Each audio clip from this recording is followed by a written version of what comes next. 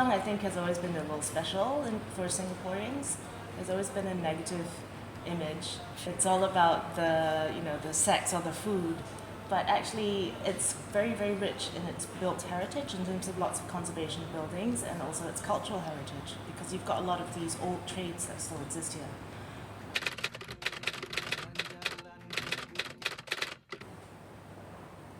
It all started when we met the owners of these shophouses, and there are 8 conservation shophouses all in a row on the same street, which is Lorong 24A. And when we came to this street in particular in Geylang is really quite quaint. It's very, it doesn't have the red light activity. It's got cultural associations. It's got old TCM shops. So this street is something that we felt was rather special, and we could do a special project with it.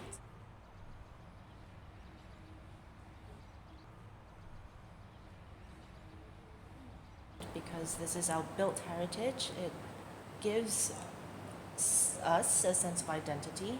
It gives us a link to the past. And so, we should be, respectful and appreciative of that.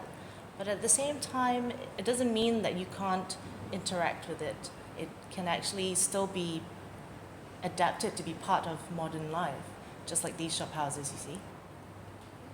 In particular for this project, because of its location, it also proved to be quite a challenge because of the image of its neighborhood.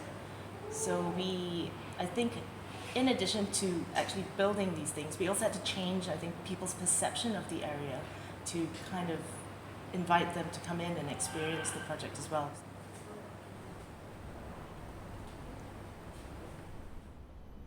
We basically, most of these shophouses in this project, well, all of them actually, we retain the front half, the front roof, a lot of the front old timber boards and things. The stuff that is new is actually the back half. So, like for example, this bit here, it's all new build. Most of these old conservation shophouses back when they were first built, they all had these little light wells and courtyards, which then allowed, natural ventilation and natural light to come into the spaces. And so in this project, we tried to reinstate this feature in most of the shophouses.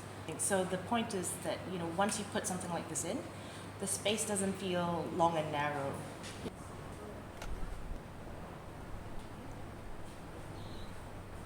With 11, that was done by Ling Hao Architects, and the approach was very, very quiet, very zen, and we kept everything really simple. So you enter the house, and it's white walls. You can see the original timber ceiling. It's all really quite quiet. It feels a bit like a gallery, and then you move into this space, and the central feature is it's like a central courtyard, and the staircase basically moves around this courtyard. The other feature was to put a lot of greenery in this place as well, and so the overall effect is one of bringing in the outside space into the inside. 21 is vastly different. I think 21 is probably the most luxurious of the lot. You're basically greeted by the full length of the shophouse, very clean. It's old brick up the sides. We basically kept all the old exposed brick, and along half the entire length of the shophouse, there's a massive swimming pool. Then you ascend the stairs, and you go upstairs to a mezzanine sort of area, and you really, I think, get a sense of the voluminous composition of this piece.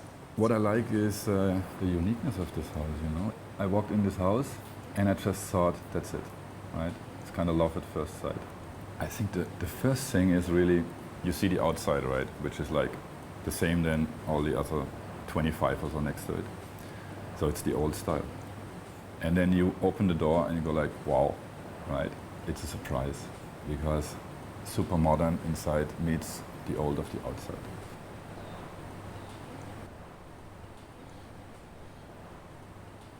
I think that's the whole point of this project. It's really to get as many people involved as possible in the project, We deliberately designed the spaces so that they could be used in a flexible way. They're all residential, but I think the point is we wanted to design spaces to accommodate different types of tenant needs.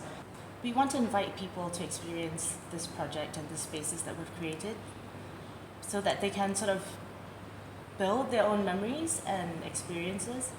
And we kind of hope that that will inform their decisions on conservation going forward.